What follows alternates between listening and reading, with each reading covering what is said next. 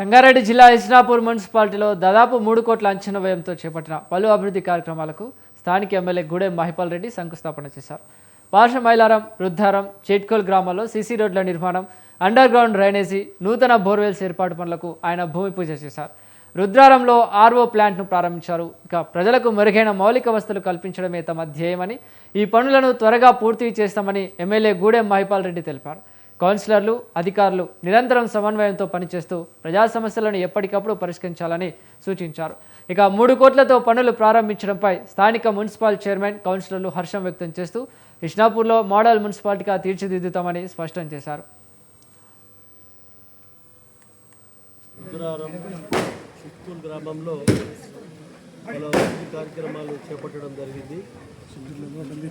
Drains కానీ, CC roads కానీ, అలాగే ఆర్ఓ ప్లాంటు, బోర్సు, ఇవన్నీ గిట ఇంచుమించు 3 కోట్ల రూపాయలతోటి ఈరోజు పనులు స్టార్ట్ చేయడం జరిగింది.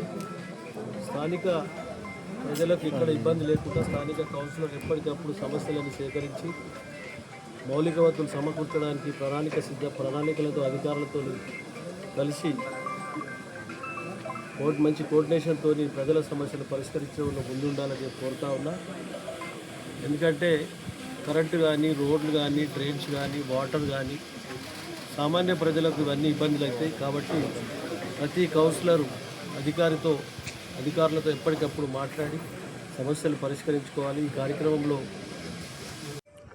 ఇస్నాపూర్ మున్సిపల్ పరిధిలో గల 5 గ్రామాలలో గౌరవ అధ్యక్షులు, మున్సిపల్ అధ్యక్షులు మోటే సుమలత శ్రీకాంత్ ఆధ్వర్యంలో మరియు ఎమ్మెల్యే గారి అధ్యక్షతన ఈరోజు రుద్రారంలో ఒక 3 కోట్ల రూపాయలతో సీసీ రోడ్లు మరియు డ్రైనేజు శంకుస్థాపన చేయడం జరిగింది.